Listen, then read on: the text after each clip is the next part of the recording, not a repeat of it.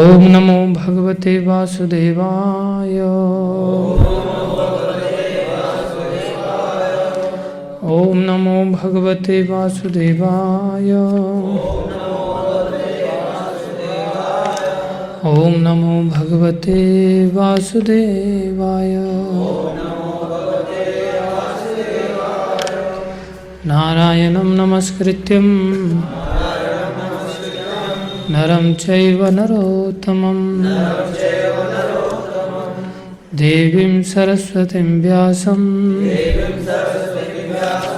ततो जयमुदीरये। नष्टप्रायेषु भद्रेषु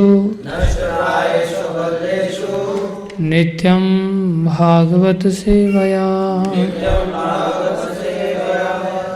भगवती उत्तम श्लोके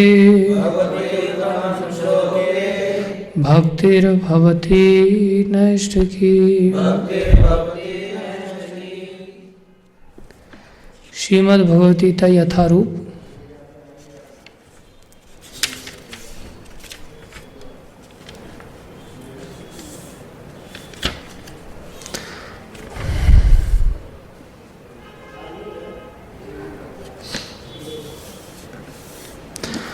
हम थोड़ा सा पहले ये कोई भी श्लोक पढ़ रहे थे भक्त लोग, अभी शुरुआत कर रहे हैं हम।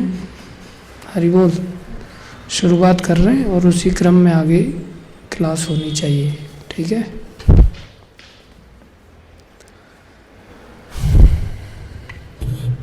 हम भूमिका पढ़ेंगे, थोड़ी भूमिका पढ़ेंगे, उसमें आपसे आशा करेंगे कि आपको कुछ समझ में आना चाहिए। बैठिए, आइए माता जी अंदर, और फिर हम भी कुछ बोलने का प्रयास करेंगे। भूमिका की शुरुआत प्रभुपाद जी लिख रहे हैं यहाँ से एक श्लोक के द्वारा। ओम अज्ञान तिमिरंधस्य ज्ञानंजन शलाकया चक्षुर उन्मीलितम येन तस्मै श्री गुरुवे नमः। श्री चैतन्य मनोभीष्टम स्थापितम येन भूतले स्वयं रूप कदा मह्यम ददाति स्वपदान्तिकम। अनुवाद लिख रहे हैं, मैं घोर अज्ञान के अंधकार में उत्पन्न हुआ था और मेरे गुरु ने अपने ज्ञान रूपी प्रकाश से मेरी आंखें खोल दी। मैं उन्हें सादर नमस्कार करता हूँ। शील रूप गोस्वामी प्रभुपाद कब मुझे अपने चरण कमलों में शरण प्रदान करेंगे, जिन्होंने इस जगत में भगवान चैतन्य की इच्छा की पूर्ति के लिए प्रचार अर्थात योजना की स्थापना की है। आगे और श्लोक आ रहे हैं। वंदेहम श्री गुरु श्रीयुता पदकमलम श्री गुरुन् वैष्णवांश्च श्री रूपम सागर जातम सहगना रघुनाथान्वितम तम सजीवम सद्वैतम सावधूतम परिजन सहितम कृष्ण चैतन्य देवम श्री राधा कृष्ण पदान सहगन ललिता श्री विशाखान्वितांश्च। अनुवाद, मैं अपने गुरु के चरण कमलों को तथा समस्त वैष्णवों के चरणों को नमस्कार करता हूँ। मैं शील रूप गोस्वामी तथा उनके अग्रज सनातन गोस्वामी एवं साथ ही रघुनाथ दास, रघुनाथ भट्ट, गोपाल भट्ट एवं शीलजीव गोस्वामी के चरणों को सादर नमस्कार करता हूँ। मैं भगवान कृष्ण चैतन्य तथा भगवान नित्यानंद के साथ अद्वैताचार्य गदाधर, श्रीवास तथा अन्य पार्षदों को सादर प्रणाम करता हूँ। मैं श्रीमती राधा रानी तथा श्री कृष्ण को, श्री ललिता तथा श्री विशाखा सखियों सहित सादर नमस्कार करता हूँ। आगे और एक श्लोक आ रहा है। हे कृष्ण करुणा सिंधु दीन बंधो जगतपते गोपेश गोपीक कांत श्री राधा कांत नमस्तुते। अनुवाद, हे कृष्ण आप दुखियों के सखा तथा सृष्टि के उद्गम हैं। आप गोपियों के स्वामी तथा राधा रानी के प्रेमी हैं। मैं आपको सादर प्रणाम करता हूँ। तप्त कांचन गौरंगी राधे वृंदावनेश्वरी वृषभानुसुते देवी प्रणमामि हरिप्रिय। अनुवाद: मैं उन राधा रानी को प्रणाम करता हूँ जिनकी शारीरिक कांति पिघले सोने के सदृश है, जो वृंदावन की महारानी हैं। आप राजा वृषभानु की पुत्री हैं और भगवान कृष्ण को अत्यंत प्रिय हैं। आगे और श्लोक आ रहे हैं। वांछा कल्पतरुभ्यश्च कृपा सिंधुभ्य एव च पतितानां पावनेभ्यो वैष्णवेभ्यो नमो नमः। मैं भगवान के समस्त वैष्णव भक्तों को सादर नमस्कार करता हूँ। वे कल्प वृक्ष के समान सबों की इच्छाएं पूर्ण करने में समर्थ हैं तथा पतित जीवात्माओं के प्रति अत्यंत दयालु हैं। श्री कृष्ण चैतन्य प्रभु नित्यानंद श्री अद्वैत गदाधर शिवासादि गौर भक्त वृंदा। मैं श्री कृष्ण चैतन्य प्रभु नित्यानंद श्री अद्वैत गदाधर शिवासादि समस्त भक्तों को सादर प्रणाम करता हूँ। हरे कृष्ण कृष्ण कृष्ण हरे हरे, हरे राम राम राम हरे। यहाँ तक प्रभुपाद जी मंगलाचरण का वर्णन कर रहे हैं। इससे आगे भूमिका की थोड़ी और शुरुआत कर रहे हैं, उसको भी हम पढ़ेंगे। ध्यान से सुनिए और मैं पूछूंगा क्या समझ में आया। भगवत गीता को गीतोपनिषद भी कहा जाता है। यह वैदिक ज्ञान का सार है और वैदिक साहित्य का सर्वाधिक महत्वपूर्ण उपनिषद है। निसंदेह भगवत गीता पर अंग्रेजी भाषा में अनेक भाष्य प्राप्त हैं, अतएव एक अन्य भाष्य की आवश्यकता के बारे में प्रश्न किया जा सकता है। इस प्रस्तुत संस्करण का प्रयोजन इस प्रकार बताया जा सकता है। हाल ही में एक अमेरिकी महिला ने मुझसे भगवत गीता में एक अंग्रेजी अनुवाद की संस्तुति चाही। निसंदेह अमेरिका में भगवत गीता के अनेक अंग्रेजी संस्करण उपलब्ध हैं, लेकिन जहाँ तक मैंने देखा है केवल अमेरिका ही नहीं अपितु भारत में भी उनमें से कोई पूर्ण रूप से प्रामाणिक संस्करण नहीं मिलेगा, क्योंकि लगभग हर एक संस्करण में भाष्यकार ने भगवत गीता यथारूप के मर्म का स्पर्श किए बिना अपने मतों को व्यक्त किया है।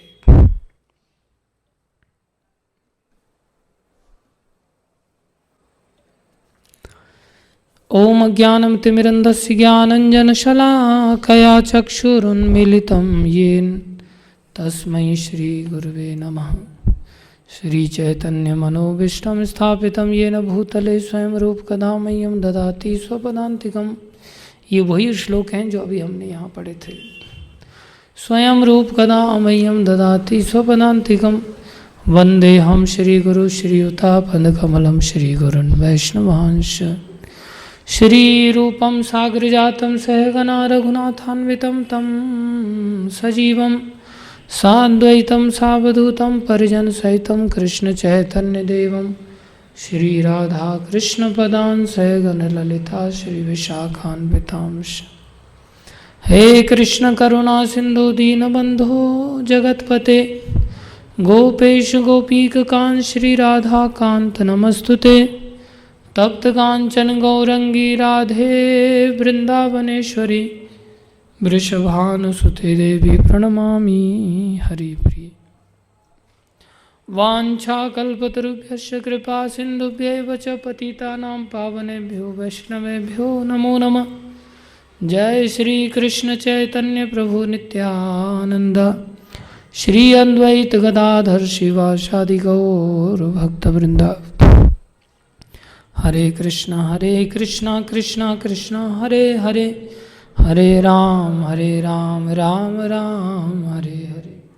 हरे कृष्णा कृष्णा कृष्णा हरे हरे, हरे राम राम राम हरे हरे। हरे कृष्णा कृष्णा कृष्णा हरे हरे, हरे राम राम राम हरे हरे।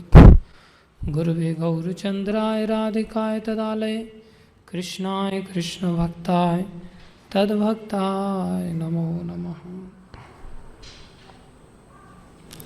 हरे कृष्णा। तो भूमिका की शुरुआत यहाँ प्रभुपाद जी इन श्लोकों से करते हैं, साथ में थोड़ा सा हमने एक पैराग्राफ पढ़ा, क्या समझ में आया? कोई हाथ खड़ा करके बता सकता है थोड़ा बहुत? कुछ भी? माता जी बैठ के बताइए। राधा जी के बारे में बताया गया है कि उनका सौंदर्य, उनकी इच्छा शक्ति, उनकी स्तुति करने से क्या क्या प्राप्त हो सकता है। कृष्ण से पहले राधे का नाम भी लिया है। हाँ, वेरी गुड। और आप बताइए प्रभु।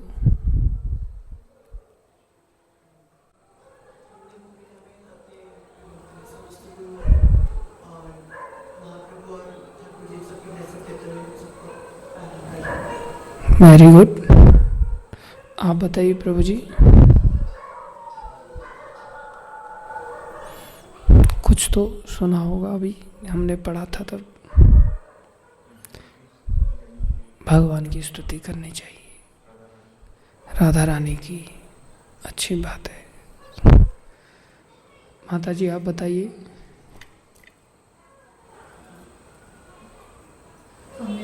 गुरु जी इसमें सभी के चरणों की वंदना करते हैं, कृष्ण की, राधा की और सभी उसमें। तो सबसे पहले हमें चरणों का ही वंदन करना चाहिए। वेरी गुड, अच्छी बात है। हाँ प्रभु जी आप बताएं। भगवद्गीता सब शास्त्रों का सार है और रूपाल महाराज ने कहा है कि इसको किसी भी अनेक भाषाओं में ये लिखी गई है, परंतु यथार्थ रूप में किसी ने नहीं लिखा इसको।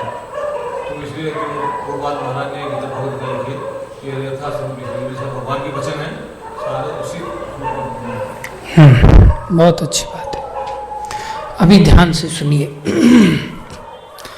देखो प्रभुपाद जी, हमें शुरुआत से ही रास्ता बिल्कुल सभी संदेहों को मिटाते हुए, साफ करते हुए चल रहे हैं, जो हमें अपने जीवन में सीखना चाहिए, समझना चाहिए और उतारना चाहिए।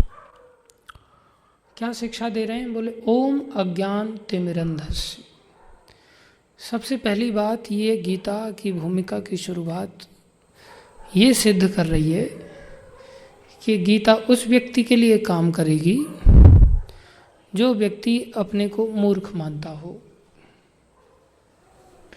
अज्ञान में वो डूबा हुआ है ऐसा सोचता हो, जो अपने आप को महान समझता है वो शरण में नहीं जा सकता। समझ रहे हो? हम हर जगह अपना टूटा फूटा झंडा गाड़ने के लिए तत्पर रहते हैं, यहीं से हमारी बीमारी चालू हो जाती है। गीता में आगे के श्लोक में भी अर्जुन ने भगवान के सामने शरणागति स्वीकार किया और भगवान के समक्ष अपने आप को कहते हैं कार्पण्य दोषो पहत स्वभाव प्रच्छामि त्वाम धर्म सम्मूढ़ चेता। हे कृष्ण, मैं धर्म के विषय में सम्मूढ़ हो गया हूँ। मूढ़ माने मूर्ख, सम्मूढ़ माने चारों तरफ से मूढ़ हो गया हूँ। मैं चारों तरफ से अज्ञानता से डूब गया हूँ। अब मुझे समझ नहीं आ रहा है कि मेरे लिए क्या सही है और क्या गलत है। कार्पण्य दोषो पहत स्वभाव प्रच्छामि त्वाम। मैं आपके चरण में आकर के पूछ रहा हूँ। प्रच्छामि त्वाम धर्म सम्मूढ़ चेता यश श्रेय। मेरे लिए जो श्रेयस्कर है, कल्याणकारी है।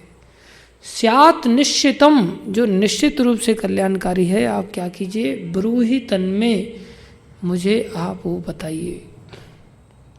शिष्यस्ते अहम, मैं आपका शिष्य बन गया हूँ। क्या बन गया हूँ? शिष्यस्ते अहम।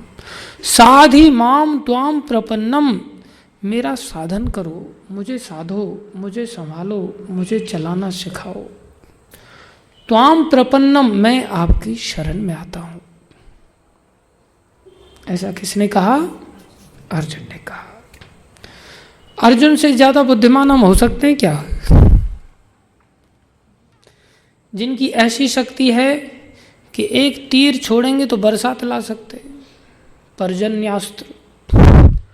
एक तीर छोड़ेंगे तो तूफान ला सकते, वायवास्त्र। एक तीर छोड़ेंगे तो पर्वत ला सकते हैं, पर्वतास्त्र। ऐसे महान इतने शिक्षा से शिक्षित हैं। वो भी धर्म जब सामने आया, ऐसा टकराव हुआ कि एक और धर्म कह रहा है कि ये आताताई हैं, इनको मारो, और एक और धर्म कह रहा है कि ये गुरुजन हैं, इनको कैसे मारें। तो धर्म ने ही बेवकूफ बना दिया। और संसार में हम तो अधर्म से बेवकूफ बने रहते हैं। हम सोचते सिगरेट छोड़ें कि नहीं छोड़ें। अब बताओ, अधर्म ही आदमी को कितना बड़ा मूर्ख सिद्ध कर रहा है, लेकिन व्यक्ति, अधर्मी व्यक्ति भी अपने आप को मूर्ख मानने के लिए तैयार नहीं। तो धर्म पालन करने वाला व्यक्ति भी अपने आप को मूर्ख माने। गीता की शुरुआत वहां से होती है। कोई व्यक्ति जो हम तो धर्म कर्म में बहुत पालन कर रहे हैं, आप हमें क्या सिखाएंगे, तो उसके लिए गीता नहीं है। गीता तो उसको समझ में आएगी जो धर्म में लगा हुआ व्यक्ति अपने आप को कैसा माने, मूर्ख नहीं, महामूर्ख माने, सम्मूढ़। मूढ़ माने गधा, सम्यक मूढ़ेन इति सम्मूढ़, चारों तरफ से गधा। और ऐसा किसी के बोलने पर ना माने, खुद से माने। ये धर्म भी दिमाग खराब कर देता है। अधर्मी की तो चला ही क्या। कई बार दिमाग में आता है घर छोड़ें कि नहीं छोड़ें, भगवान की सेवा करें ये धर्म है या माँ बाप की सेवा करें ये धर्म है। कई बार सोचता आदमी शादी कर लिया, पत्नी को छोड़ें कि भगवान को छोड़ें, बच्चों का कर्तव्य पालन करें या प्रचार का कर्तव्य पालन करें, घर को बचाएं या देश को बचाएं। ऐसा आदमी कंफ्यूज हो जाता है। और गीता ये धर्म हो अधर्म हो सब कंफ्यूजन को दूर कर देती है। लेकिन इसकी शुरुआत कहाँ से होती है? जब हम क्या माने अपने आप को? महाअज्ञानी, चारों तरफ से गधा माने। तभी तो हम अच्छा बनने का प्रयास करेंगे। कोई व्यक्ति अपने आप को रोगी मानता नहीं, इलाज करा पाएगा वो? पहले उसको रोगी मानना पड़ेगा, तब वो जाएगा स्वेच्छा से इलाज कराने के लिए, तभी तो दवाई खाएगा। रोगी मानता नहीं, उसके पीछे दवाई लेके घूमते रहो, खाएगा वो? नहीं। इसलिए गीता को लोगों को बांटते फिरते हैं हम, लेकिन लोग क्या अर्जुन की तरह बदल जाते हैं?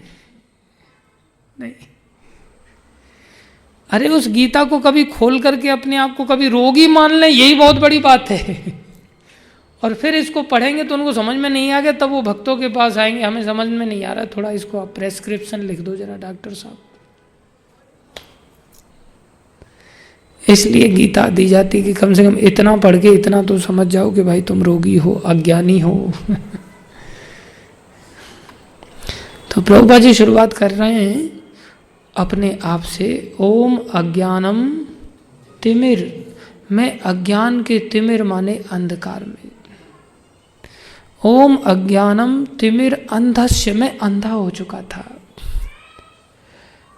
जैसे कुंभकर्ण भ्रातृ प्रेम में अंधा हो गया था और रावण के कहने पर राम जी से लड़ने चल पड़ा। अब सामने विभीषण दिखाई दिए उसको, तो वहां भी भाई का प्रेम जागृत हो गया, लेकिन बड़े भाई का प्रेम कुछ ज्यादा जागृत था। तो इतना अतिकाय शरीर था, उसने हाथ पे बिठा लिया उसको और सामने लाके ऐसे बात करने लग गया, भैया विभीषण गलती तो रावण की है, और मुझे ये समझ में आ रहा है, लेकिन फिर भी मैं आसक्ति में अंधा हो गया हूँ। मुझे साथ तो उसी का देना पड़ेगा, इसलिए तू जान बचा के चला जा, मैं युद्ध तो रावण की ओर से ही लड़ूंगा। ऐसे हम सभी अज्ञान में क्या हो जाते हैं? अंधे हो जाते हैं। हम जानते हैं कि हमारे मन के कहने पर आज तक इतने वर्ष बीत गए, हम सुखी नहीं हुए, तो आगे मन के कहने पर कैसे सुखी हो जाएंगे? आज तक हमने भगवान के आदेशों को जाना नहीं और माना नहीं और पालन नहीं किया, लेकिन मन कहता आज तक सुखी नहीं हुआ, कोई बात नहीं, कल सुखी हो जाएगा। एक काम कर, तो इसके गाल पे थप्पड़ मार दे, बस इसको नीचा दिखा दे, इसकी चुगली कर दे, तेरे को बहुत सुख मिलेगा। लेकिन सुख नहीं मिलता। फिर भी हम वही करते हैं, क्योंकि हम कैसे हो गए? कैसे हो गए? अंधे हो गए। कैसे हो गए? अंधे हो गए। इसलिए गीता यहाँ से शुरुआत हो अपने जीवन में भूमिका के माध्यम से प्रभुपाद जी कर रहे हैं कि ओम अज्ञान तिमिर अंधस्य, मैं अज्ञान के तिमिर माने गहरे अंधकार में, जिसमें कि आंखें तो हैं मेरे, लेकिन अंधेरा इतना ज़्यादा हो गया है कि मुझे हाथ से हाथ, अपना हाथ भी दिखाई नहीं दे रहा है। क्या आंखों से दिख नहीं रहा है? आंखों में देखने की क्षमता नहीं है, लेकिन अंधेरा इतना गहन है कि ये नहीं दिख रहा है कि उंगली कितनी है। हम कई बार आंखों पे अभिमान करते हैं, लेकिन ये आंखों को तभी देख सकती हैं जब इनको प्रकाश की सहायता दी जाए। अगर प्रकाश की सहायता खत्म कर दी जाए तो ये आंखें देखने की क्षमता रखते हुए भी कुछ नहीं देख सकती।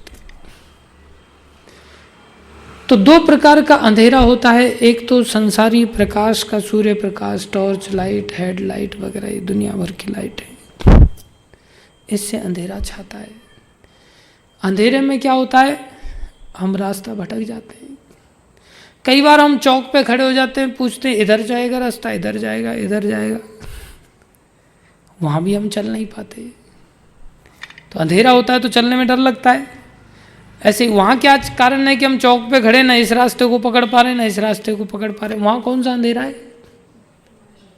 अज्ञानता का अंधेरा है। वहाँ कौन सा अंधेरा है? अर्थात अज्ञानता का अंधेरा भी हमें ऐसा ही किंग कर्तव्य मूड बना देता है। हमें समझ नहीं आता हमें क्या करना है और क्या नहीं करना है, भयभीत कर देता है, कौन से रास्ते पर चलूं। तो ये क्या है? अज्ञानता का अंधकार है। अब यहाँ प्रकाश कहाँ से आएगा? बोले गुरुजन शलाका, शलाका मतलब टॉर्च कह सकते हो आज के समय में। पहले हाँ वो मशाल होती थी, मशाल में तेल डालते थे, उस पर रस्सी बांधते थे, धीरे धीरे करके जलती थी वो, उससे लोग रास्ता देखते थे, उसको शलाका कहते हैं। बोले मेरे गुरुजी ने क्या किया, मैं अज्ञान के अंधकार में अंधा हो गया था। ओम अज्ञान तिमिर अंधस्य, मेरी आंखें काम नहीं कर रही थी। उन्होंने क्या किया? ज्ञान अंजन शलाकया, ज्ञान का ऐसा काजल लगाया, उससे प्रकाश निकला और मुझे शलाका की तरह सब चीज़ें दिखाई देने लगा। ऐसे गुरु को ये तस्मै श्री गुरुवे नमः, मैं ऐसे गुरु को बारंबार प्रणाम करता हूँ। समझ में आया? अर्थात गुरु वो प्लग है जिसके अंदर वो बोर्ड है जिसमें ऐसी लाइट आ रही है कि उसको हमने अगर अपना शरणागति का प्लग डाला तो एकदम से हमारी हैलोजन जल जाएगी। समझ में आया? तो गुरु किसकी तरह है? बोर्ड की तरह। किसकी तरह है? इलेक्ट्रिक बोर्ड की तरह। हमने शरणागति का प्लग डाला तो हमारी आंखों में लाइट जल जाएगी, अंधेरा दूर हो जाएगा। फिर कह रहे हैं कि भाई ये लाइट गुरुजी के पास कहां से आई? आजकल समाज में दुनिया भर के लोग अपने आप को बोर्ड कहने के लिए तैयार है, मेरे से लाइट ले लो, मेरे से लाइट ले लो, मेरे से लाइट ले लो। लेकिन लाइट का स्रोत आगे बढ़ नहीं रहा है, तो उस बोर्ड में लाइट कहां से आएगी? आजकल एक फैशन बन गया कि बोर्ड में प्लग डाल दो, बस हो गया काम हमारा। नहीं, प्लग डालने से लाइट जले तो बोर्ड काम का है। लाइट जले नहीं, खाली डालने का आपने काम कर दिया तो फायदा क्या हुआ उसमें डालने से? इसलिए संसार में दुनिया भर के ऐसे बोर्ड बन के, गुरु बन के लोग घूम रहे हैं और भोली भाली जनता उनकी शरणागति का प्लग डाल दे रही है उनमें, लेकिन लाइट जल नहीं रही है। इसलिए ये ध्यान देना जरूरी है कि उस प्लग तक लाइट पहुंच रही है या नहीं पहुंच रही है। इसलिए वो लाइट ऊपर कनेक्शन से कनेक्ट होनी चाहिए। समझ रहे हो? तो वो कनेक्शन कौन है? बोले वो खंबा है। उसके बाद और आगे बढ़ेंगे, थोड़ी लाइन आगे बढ़ेगी, फिर एक और खंबा आएगा, फिर और आगे लाइन बढ़ेगी, फिर एक और खंबा आएगा, फिर और आगे बढ़ेगी, फिर एक और खंबा आएगा। समझ रहे हो? बीच बीच में डीपी आएगी, फिर वो और आगे बड़े वायर जाएंगे, फिर आगे चल करके पावर स्टेशन आएगा।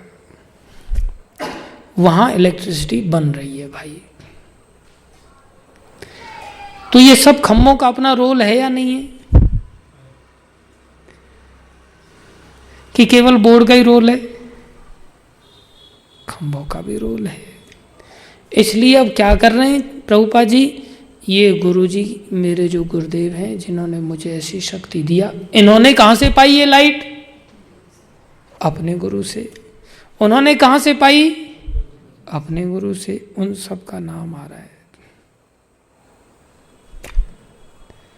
उन सब का नाम आ रहा है। यही पद्धति है।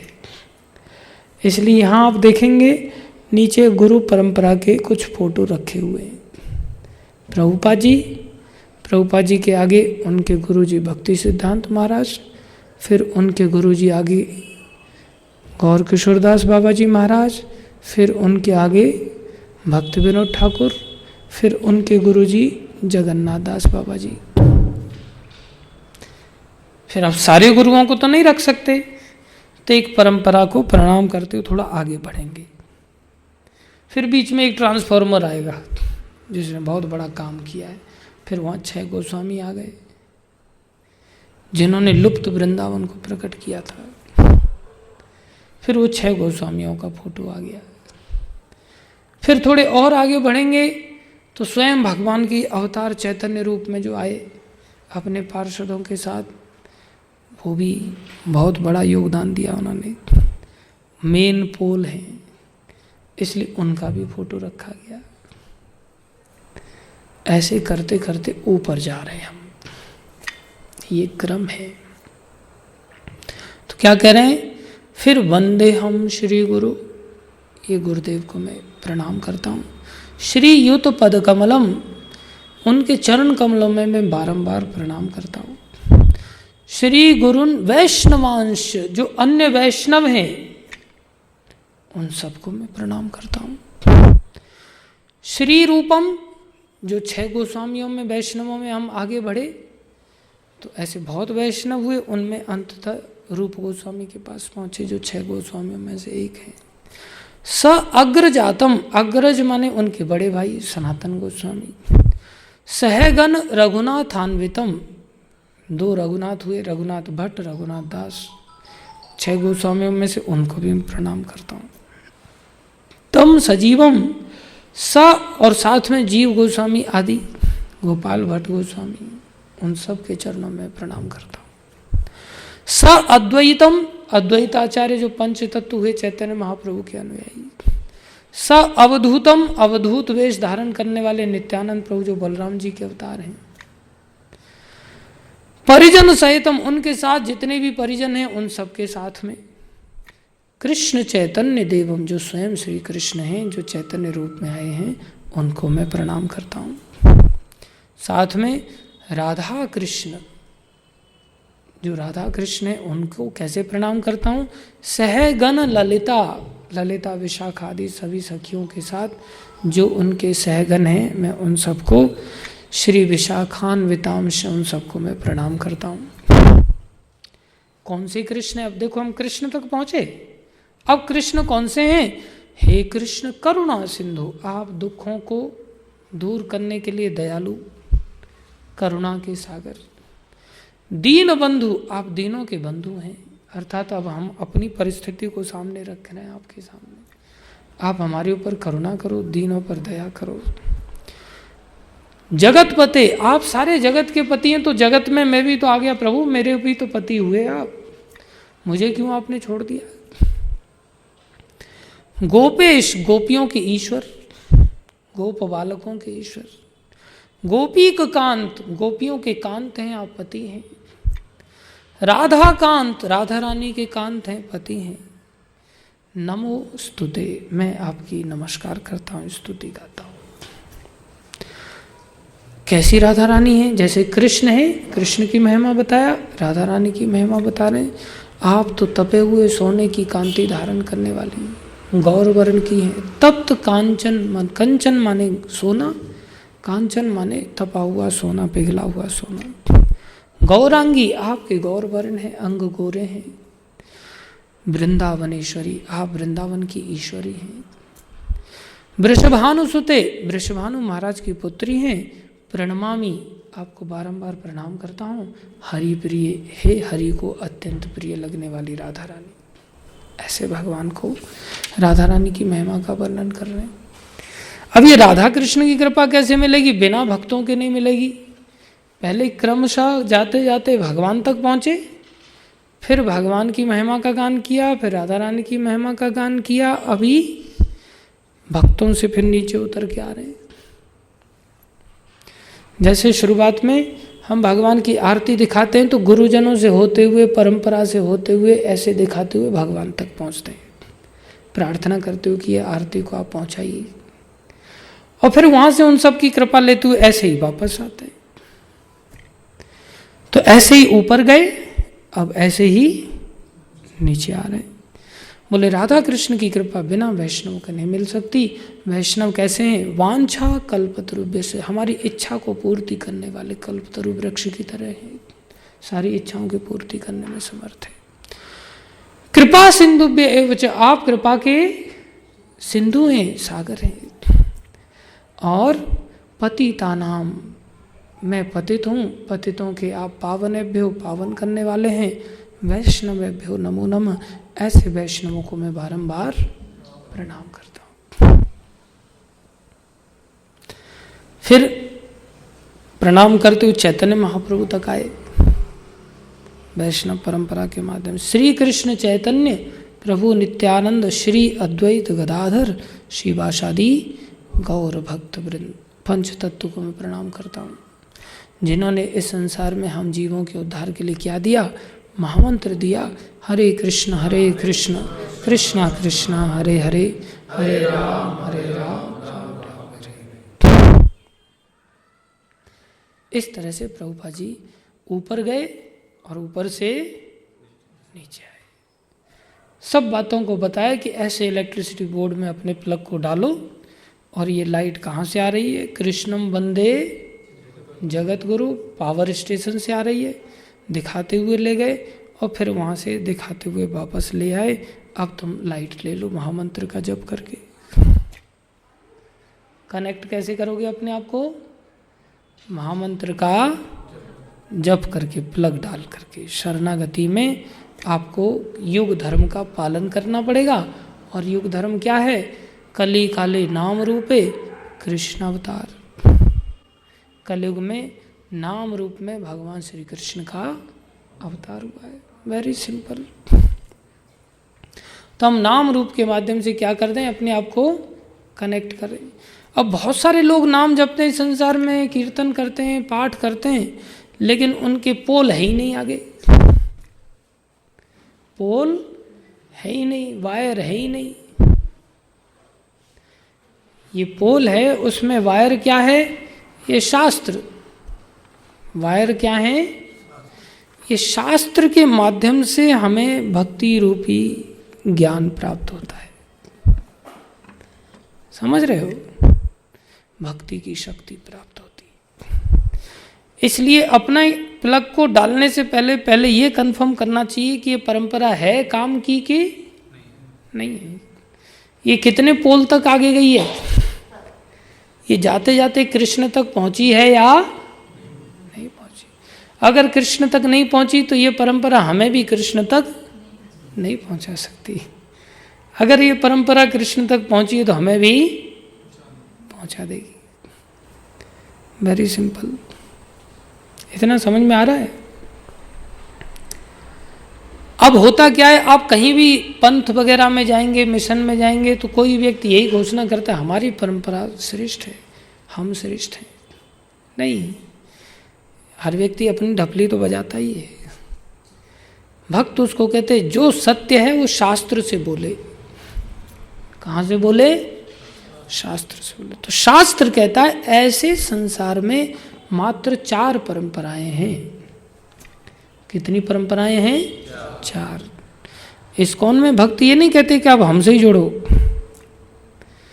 एक परंपरा ब्रह्मा जी से आती है, जो हमारी परंपरा है, जिसमें भगवान कृष्ण ब्रह्मा जी को ज्ञान देते हैं और आगे बढ़ती है परंपरा। एक परंपरा शिव जी से आती है, जिसको रुद्र संप्रदाय कहते हैं, जिसमें भगवान कृष्ण शिव जी से शुरुआत करते हैं ज्ञान की। एक परंपरा लक्ष्मी जी से आती है, उसको श्री संप्रदाय कहते हैं, जिसमें शुरुआत भगवान लक्ष्मी जी से करते हैं। एक परंपरा ब्रह्मा के 4 पुत्रों से आती है, सनक, सनातन, सनत और सनंदन। वो भी एक प्रामाणिक परंपरा, उसे कुमार संप्रदाय कहते हैं। ऐसे 4 परंपराओं से प्राप्त ज्ञान ही हमें भगवान से मिला सकता है। तो हम ये नहीं कहते कि आप केवल हमसे जुड़ो। हाँ, 4 में से किसी एक से जुड़ो। चारों में आप जाओगे तो खिचड़ी पक जाएगी।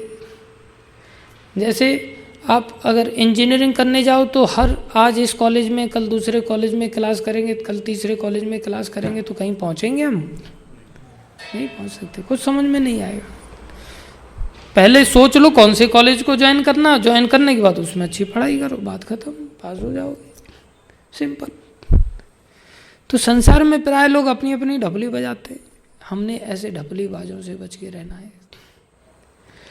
इसलिए प्रभुपाद जी यहाँ पर आगे में तात्पर्य में बता रहे हैं कि ये गीता को ही क्यों दिया गया। बोले विदेशों में तो गीता के कई सारे संस्करण उपलब्ध हैं अंग्रेजी में, फिर ये नया संस्करण लिखने की क्या जरूरत थी। बोले इसलिए जरूरत थी कि भाष्यकारों ने अन्य गीताओं में अपने मतों को प्रस्तुत किया है, व्यक्तिगत मतों को प्रस्तुत किया है। भगवान का जो मत यथा रूप में था उसको उन्होंने नहीं दिया, उसको उन्होंने नहीं दिया। इसलिए इस संस्करण की आवश्यकता थी, इसलिए इसको दिया गया है। इसलिए इस गीता का नाम क्या रखा गया, भगवत गीता यथारूप। आज जब यथारूप में थी तो जैसे अर्जुन के जीवन में काम किया इसने, तो लोगों के जीवन में इस गीता ने काम करके दिखाया।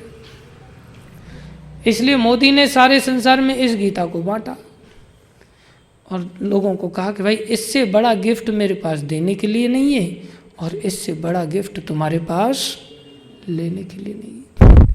उसने बाकियों की गीता क्यों नहीं बांटी, यही क्यों बांटी। राजनेता लोग तो सबको खुश करने में लगे रहते हैं।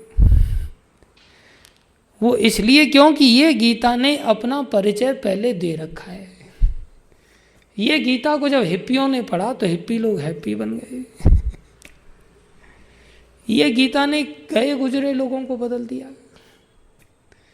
शराब को पानी की तरह पीने वाले वो चाय कॉफी तक छोड़ दिए। गाय के मांस को गाजर की तरह खाने वाले लहसुन प्याज छोड़ दिए। व्यभिचार कुत्ते बिल्ली की तरह करने वाले वो सन्यासी और ब्रह्मचारी बन गए। सुबह से शाम तक झूठ बोलने वाले, शास्त्रों में कभी नहीं मानने वाले, सुबह 4 बजे उठने लग गए और शास्त्रों को सुबह सुबह पढ़ने लग गए। ये चमत्कार किसने किया? प्रभुपाद जी की इस गीता ने किया, और प्रभुपाद जी के जाने के बाद भी कर रही है गीता। बहुत सारे संप्रदाय डूब जाते हैं, एक व्यक्ति के द्वारा चालू होते हैं और वो व्यक्ति के जाते ही खत्म हो जाते हैं, लेकिन प्रभुपाद जी की ये गीता काम कर रही है। समझ में आ रहा है? इसलिए अगर कोई व्यक्ति जीवन में ऐसा बदलाव चाहता है, अर्थात वो चाहता है कि उसके जीवन में लहसुन प्याज ना छूटे, तो इस गीता को कभी मत पढ़ना। वो चाहता है कि मैं मांसाहार कभी ना छोड़ूं, तो इस गीता को हाथ मत लगाना। हाथ लगाते ही शुरुआत हो जाएगी आपकी। इतनी पावरफुल है। आपने अगर मन बना लिया कि मेरे को झूठ पे ही जीना है, झूठ ही लेना है, झूठ ही देना है, झूठ चबेना, अगर आपने झूठ को चबेना बना रखा है, लेना देना बना रखा है, नाश्ता पानी भोजन सब झूठ बना रखा है, तो इस गीता को हाथ मत लगाना भाई, नहीं तो आपका झूठ चला जाएगा। भूल के भी कभी गीता क्लास में आके मत बैठना, नहीं तो इसका असर आपकी इच्छा के खिलाफ होना चालू हो जाएगा। किसी ने सोच के रखा है कि मेरे को गर्लफ्रेंड बॉयफ्रेंड करते रहना है मरते दम तक, वो गीता को हाथ न लगाए इसको, नहीं तो धर्मात्मा बन जाएगा जल्दी। किसी ने सोच के रखा है कि मेरा संबंध मेरा नाता तो यमदूतों के साथ ही है और वही मुझे लेके जाने वाले, फिक्स हो गया पहले से ही, सगाई पक्की हो गई है, तो गीता को हाथ न लगाए, नहीं तो उनका संबंध टूट जाएगा, विष्णु दूतों के साथ नाता हो जाएगा उसका। ये गीता इतनी खतरनाक वाली है। भक्त लोग तो अपना साम्राज्य बढ़ाना चाहते हैं, इसलिए जगह जगह गीता बांटते रहते हैं, लेकिन हमारी आंखें थोड़ी फूट गई हैं। हमें इतना जल्दी भगवान के धाम में क्यों जाना? नरक के मजा लेंगे हम। तो जो नरक के आनंद लेना चाहता है, 84 लाख योनियों के आनंद लेना चाहता है, अर्थात दर दर भटकना चाहता है, सब गटरों में घूमना चाहता है, तो उसको इस गीता को नहीं छूना चाहिए। और जो ऐसा नहीं करना चाहता भाई, उसको तो गीता प्राण बनानी पड़ेगी फिर। इसलिए ये संस्करण बहुत आवश्यक है और इसका सहारा हमें नहीं लेना चाहिए। नहीं लेना चाहिए। क्या करना चाहिए? लेना चाहिए। कभी कभी या हमेशा के लिए? हमेशा के लिए लेना चाहिए।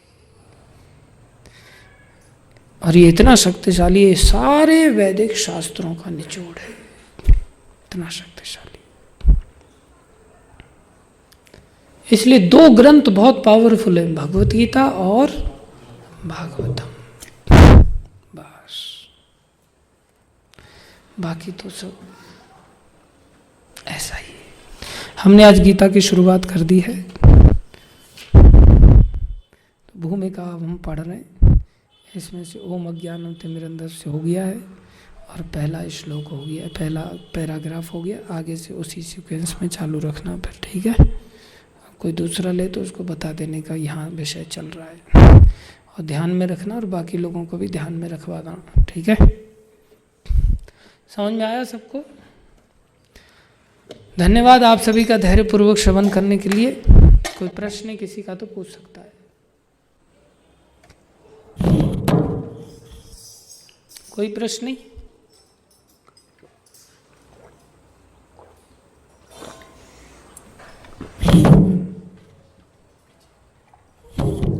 आओ फिर गीता का। हाँ प्रभु जी।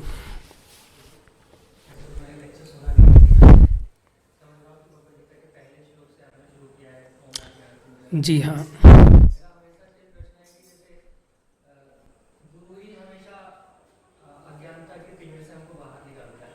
जो लोग गुरु के लिए रह जाते हैं, जो लोग गुरु के बिना हैं, जो लोग गुरु के बिना शास्त्रों का अध्ययन कर रहे हैं, जो लोग गीता का अध्ययन कर रहे हैं, क्या उनके लिए कोई प्रावधान है या सिर्फ यही ही मार्ग? देखिए, मार्ग तो एक ही है, दूसरा भी है, उसको लातों के भूत वाला मार्ग कहते हैं। दो प्रकार के भूत होते हैं, एक बातों के भूत, एक लातों के भूत।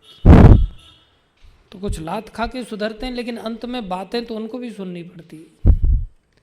कोई प्रेम से नहीं सुन लेता, गुरुजनों के माध्यम से नहीं सुनता, तो उसको लातें खा करके आना पड़ता है।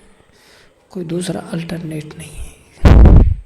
क्या दुनिया में किसी को भी सुधारने के लिए प्यार से या डंडे से? इसमें प्यार में और डंडे में थोड़े से और एक्सपांशन हो जाते हैं, उसको कहते हैं साम दाम दंड भेद। कितनी भी पॉलिसी अपनाओ, कुल मिलाकर के बॉइल्ड आउट होने के बाद इसी जगह पे आना पड़ता है।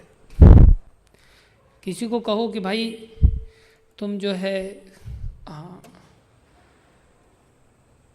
ज्ञानी बनो या जिज्ञासु बनो या अर्थार्थी बनो या आर्त बनो, किसी भी रीति से भगवान की शरण में आओ, लेकिन स्टेप तो आगे चल करके वही आनी है।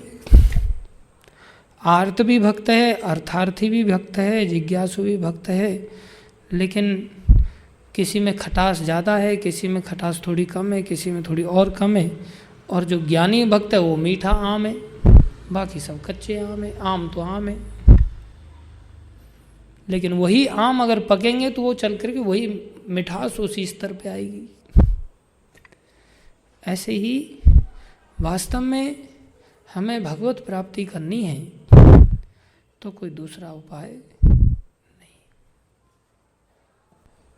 कोई दूसरा उपाय नहीं, केवल एक ही उपाय है, वो है भगवान की भक्ति। और भक्ति भक्तों से प्राप्त हो सकती है, और किसी से नहीं। भगवान ही देते हैं, भक्ति के दाता भगवान ही है, लेकिन भक्तों के माध्यम से देते हैं। उन्होंने स्वयं को भक्तों के माध्यम में सौंप रखा है, इसलिए दूसरा उपाय नहीं है। आज करो, 10,000 जन्मों बाद करो, कोई ऐसी इमरजेंसी नहीं है। इस सृष्टि काल में नहीं कर पा तो कोई बात नहीं, आगे फिर सृष्टि होगी, चिंता की बात नहीं। जब हमारा पेट भर जाए तब हम आ सकते हैं, ऐसा है, आना ही पड़ेगा। और कोई प्रश्न है आपका?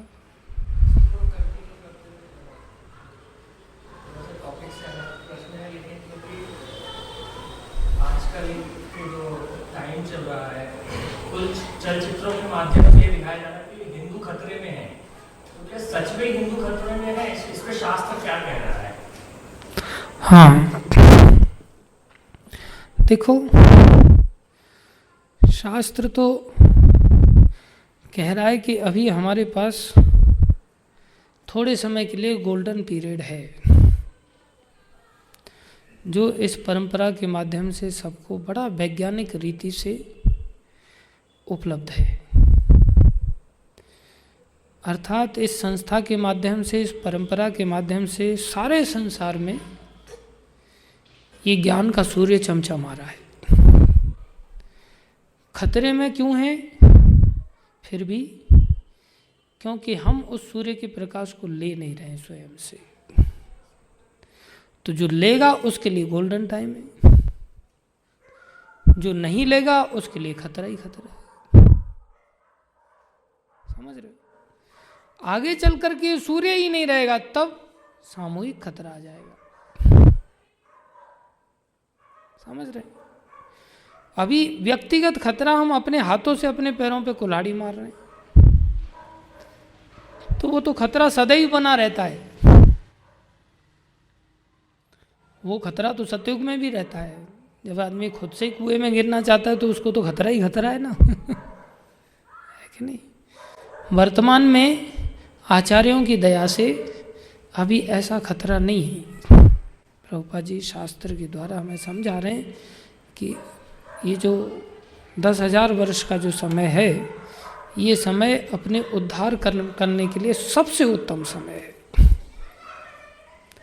खतरा उनके लिए जो इस समय का लाभ नहीं ले रहे, इस सूर्य के प्रकाश का लाभ नहीं ले रहे।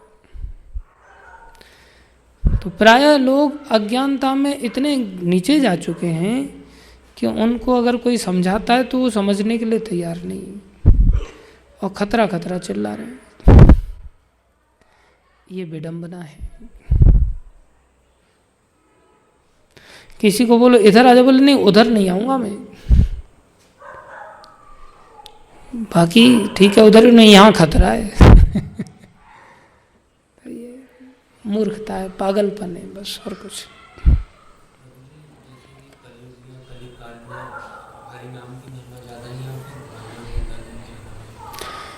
हरि नाम में, भगवतीता में, इनमें कोई अंतर नहीं है। कलयुग में ये सब चीज़ें भगवान का ही रूप है। कलयुग में भागवत ने आश्रय लिया, भागवत में धर्म ने आश्रय लिया है, और ये भागवत भगवतीता ही है। भगवतीता का ही प्रैक्टिकल फॉर्म है भागवतम। इसलिए कलयुग में भागवतम में नाम की ही महिमा का गान किया है। तो नाम जपें या नाम की महिमा का श्रवण करें, कोई अंतर नहीं है।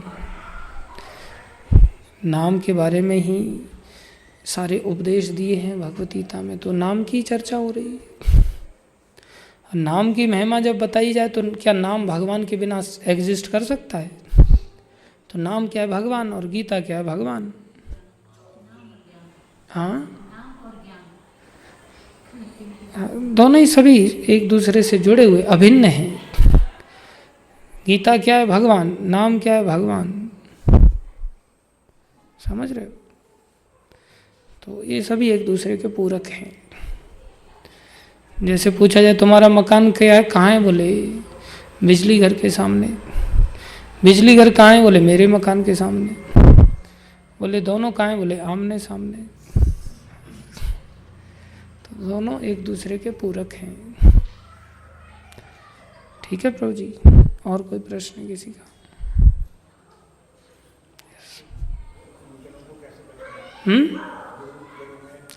हाँ, गुरुजनों की एक पहचान तो इसी में बताया कि पूछो उनको कि तुम्हारी परंपरा कहाँ से आ रही है, तो बताएंगे मेरे गुरु ये हैं, मेरे गुरु ये हैं, मेरे गुरु ये हैं, मेरे गुरु ये हैं। तो गुरु परंपरा पूरी उनके पास होगी। तो पहली पहचान तो यही है कि वो परंपरा के अंतर्गत आने चाहिए। फिर अन्य पहचानें आती हैं। अन्य पहचान क्या आती है? अन्य पहचान आती है कि गुरु को ब्रह्मनिष्ठ होना चाहिए, भगवान के ऊपर पूर्ण निर्भर होना चाहिए, गुरु को शास्त्रों के ज्ञान में निपुण होना चाहिए, जिससे शिष्य के सभी संशयों का छेदन कर सके। गुरु को भगवान विष्णु का, कृष्ण का भक्त होना चाहिए किसी भी हालत में, तभी वो ब्रह्मनिष्ठ होगा।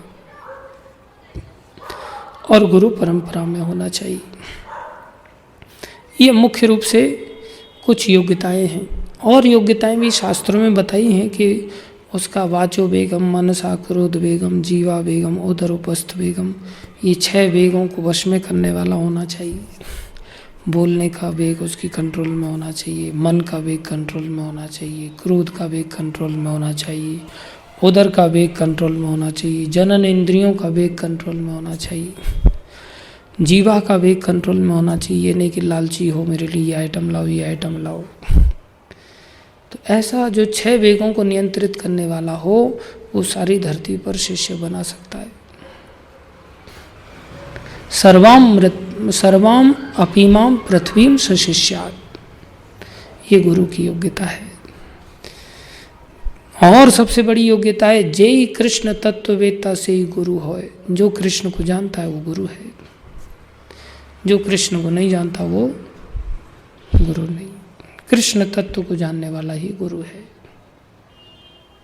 समझ में आया? और कुछ? हाँ प्रभु जी।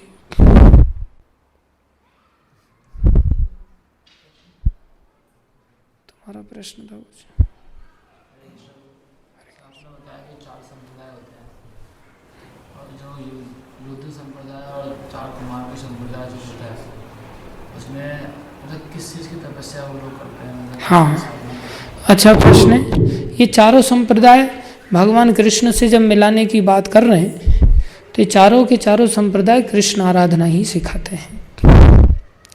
ब्रह्म संप्रदाय में भी राधा कृष्ण की आराधना सिखाई जाती है, कुमार संप्रदाय में भी राधा कृष्ण की आराधना सिखाई जाती है, रुद्र संप्रदाय में जो शिवजी से आता है उसमें लड्डू गोपाल जी की आराधना सिखाई जाती है, और जो श्री संप्रदाय है उसमें लक्ष्मी नारायण की आराधना सिखाई जाती है, या सीताराम की आराधना सिखाई जाती है, या राधा कृष्ण की आराधना सिखाई जाती है। इनमें कोई अंतर नहीं है। ये चारों संप्रदाय भगवान कृष्ण की ही आराधना सिखाते हैं। श्री संप्रदाय का प्रचार प्रसार रामानुजाचार्य ने किया, जो दक्षिण भारत में पाया जाता है प्राय, जहाँ पद्मनाभ गोस्वामी और अनेकों मंदिर हैं भगवान के। जो रुद्र संप्रदाय है उसमें वल्लभाचार्य एक आचार्य हुए, जिन्होंने विष्णु स्वामी भी उसमें आचार्य हुए, जो गुजरात में पाया जाता है, जो हवेली आदि के नाम से भी जाना जाता है, जहाँ लड्डू गोपाल जी की सेवा सिखाई जाती है। उसका मंत्र है श्री कृष्ण शरणम मम। जो रुद्र ये निम्बार्क संप्रदाय, जिसको कुमार संप्रदाय भी कहते हैं, उसके निम्बार्क आचार्य हुए, उसमें राधा कृष्ण की सेवा सिखाई जाती है, और उसका मंत्र है राधे कृष्ण कृष्ण कृष्ण राधे राधे, राधे श्याम श्याम श्याम राधे राधे। और जो ब्रह्म संप्रदाय है इसमें भी राधा कृष्ण की सेवा सिखाई जाती है। इसका मंत्र है हरे कृष्ण कृष्ण कृष्ण हरे हरे, हरे राम राम राम हरे राम। समझ में आया? और कोई प्रश्न है किसी का? ये सब सतोगुण के अंतर्गत नहीं आते, ये सब तमोगुनी वर्शिप है, रजोगुनी वर्शिप है। तमोगुनी पूजा रजोगुनी पूजाओं के अंतर्गत आते हैं। सतोगुनी पूजा में उद्धार करने वाले तो केवल यही हैं, बाकी नहीं। आइए आइए अंदर आइए प्लीज। हरे कृष्ण, आइए प्लीज, आइए बैठिए। यस प्रभु। हाँ, अच्छा प्रश्न है आपका। वैष्णवों को शिव जी की आराधना उस प्रकार से करने के लिए शास्त्र उपदेश नहीं देता भक्ति रूप में। शास्त्र उनकी प्रार्थना करने के लिए, उनको प्रणाम करने के लिए, उनको आराधना करने के लिए तब कहता है यदि हम उनसे भक्ति मांगें तो। क्योंकि शिवजी के बारे में शास्त्र कहता है वैष्णवानाम यथा शंभु, वैष्णवों में सर्वश्रेष्ठ शिवजी हैं, जिनकी कृपा से हम भगवान की भक्ति पा सकते हैं। इसलिए यदि हम भक्ति की कामना रखते हैं तो उनकी आराधना कर सकते हैं, और वो हमें निश्चित रूप से भगवान की भक्ति का दान देंगे। और अलग से कोई उनको ईश्वर की सत्ता मान करके अगर भक्ति करता है तो अपराध है, शिव जी को अच्छा नहीं लगता। समझ रहे हो? जैसे किसी आईजी को आप कांस्टेबल कहेंगे तो अच्छा लगेगा उसको, वो उपहार समझेगा। और किसी कांस्टेबल को आप आईजी साहब कहो, आप एक दृष्टि से तो कह सकते हो मैं तो तुम्हें सम्मान बढ़ के दे रहा हूँ, लेकिन वो उसकी पोजीशन है ही नहीं। आप उसको बहुत ही एम्बेरेस्ड फील करा रहे हो ऐसा बोल करके। इसलिए जिसकी जो पोजीशन है उसके अनुसार आप रेस्पेक्ट के साथ बोलो तो उसको अच्छा लगेगा। एक एडवोकेट जनरल थे दिल्ली में, मैं जानता नहीं था कि एडवोकेट जनरल एडवोकेट से ऊपर अच्छी पोस्ट होती है। तो मैंने उनको कहा वकील साहब कैसे हैं? बोले मैं वकील नहीं हूँ, I am an advocate general. मतलब एडवोकेट जनरल हैं तो वकील तो बाई डिफ़ॉल्ट हुए आप। वकील तो बाई डिफ़ॉल्ट हो ही गए ना, उससे ऊपर की पोस्ट है अच्छी बात है, जैसे 100 रुपये के नोट में 10 रुपया तो आ ही गया ना। लेकिन फिर भी उसको ऊपर का पोस्ट जो उसका है वो चाहिए, उससे नीचे से संबोधन करने पर अच्छा नहीं लग रहा है। इसलिए जो जिस स्तर का है उसको उसी स्तर से हमें रिगार्ड करना चाहिए। Then we can save ourselves from the offenses. Otherwise, we come under the category of offenses. और कुछ? Yes, please. प्रभु जी, जैसे गोपियों ने भगवान कृष्ण की प्राप्ति के लिए कार्तिक व्रत किया था, तो क्या जैसे नवरात्र आते हैं तो क्या वैष्णव भी पूरे नवरात्रि का पालन कर सकते हैं कृष्ण की प्राप्ति? हाँ, ये अच्छा प्रश्न है आपका। एक्चुअली में गोपियों ने जो आदर्श रखा देवी कात्यायनी का व्रत आदि करके, ये उस स्थिति में रखा कि जहाँ एक प्रकार से कृष्ण भगवत तत्व के रूप में प्रकाशित नहीं कर रहे हैं अपने आप को, समझ रहे हो? कृष्ण एक साधारण ग्वाले के रूप में ब्रज में प्रकाशित कर रहे हैं अपने आप को। इवन यशोदा मैया के सामने भी कृष्ण ये नहीं प्रस्तुत कर रहे हैं कि मैं भगवान हूँ, तो वो अपने नंद के पुत्र के रूप में प्रस्तुत कर रहे हैं। तो ये नहीं कह रहे हैं कि मैं नारायण का भी बाप हूँ। तो मैया यशोदा चिंतित हो जाती है और क्या कहती हैं, बोले मेरे लाला को कहीं नजर न लग जाए, इसलिए हाँ सत्यनारायण की पूजा करवाओ भाई। समझ रहे हो? जबकि सत्यनारायण भी कृष्ण का दर्शन चाहते हैं।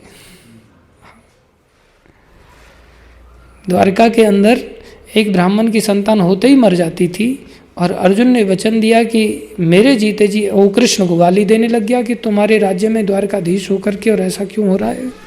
अर्जुन उस समय द्वारका में गए हुए थे, तो भगवान के बारे में गाली कैसे सुनते। उन्होंने कहा मेरे गांडीवधारी होने के बावजूद ऐसा हो गया तो धिक्कार है मुझे, मैं अग्नि समाधि ले लूँगा। अब ये संतान होते ही आपकी नहीं मरी और होते ही मर गई। उसने बाणों का कवच लगा दिया था, फिर भी संतान गायब हो गई।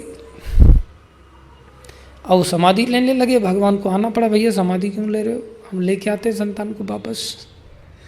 भगवान रथ पर आरूढ़ करके अर्जुन को लेकर के गए और सुमेरु आदि पार करते हुए, सब लोगों को पार करते हुए अंत में वैकुंठ पहुँचे। वहाँ जाकर के नारायण भगवान के सामने जब पहुँचे तो प्रणाम करने लगे।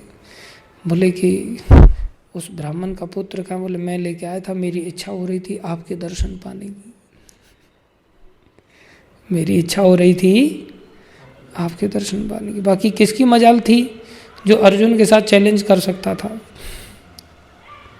अर्जुन ने तो शिवजी के साथ भी युद्ध करके शिवजी को प्रसन्न किया है, कोई देवता भी खड़े नहीं रह सकते थे, ऐसे सामर्थ्यशाली थे।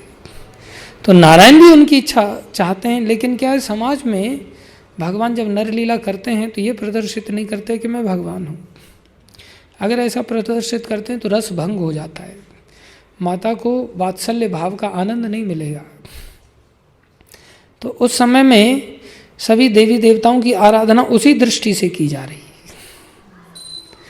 इसलिए हम लोगों को स्पेशली वैष्णव आराधना की पद्धति को अपनाना चाहिए।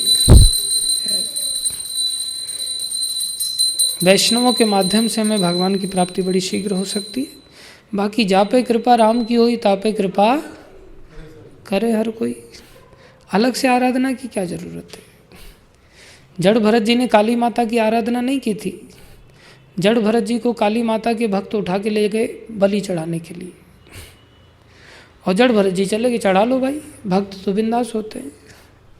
ले गए, काली माता के खुद के भक्त जब उनको बलि चढ़ाने के लिए तत्पर हुए, गड़सा चलाने लगे, उसी समय काली माता के अंदर इतना ताप बढ़ा कि उनकी मूर्ति फट गई, और मूर्ति को फाड़ करके काली माता प्रकट हुई और खड़ग लेकर के अपने ही भक्तों के सर काट दिए और उनको गेंद लेकर के उछालने लग गई, क्योंकि वो भगवान कृष्ण के भक्त हैं। भक्त अपराध को शंकर जी भी नहीं सह सकते, इसलिए भक्त से बड़ी सत्ता कोई नहीं हो सकती। भक्तों को किसी से सहायता मांगने की आवश्यकता नहीं है। बाकी भक्त विनम्र इतना होता है कि चींटी का भी सम्मान करता है।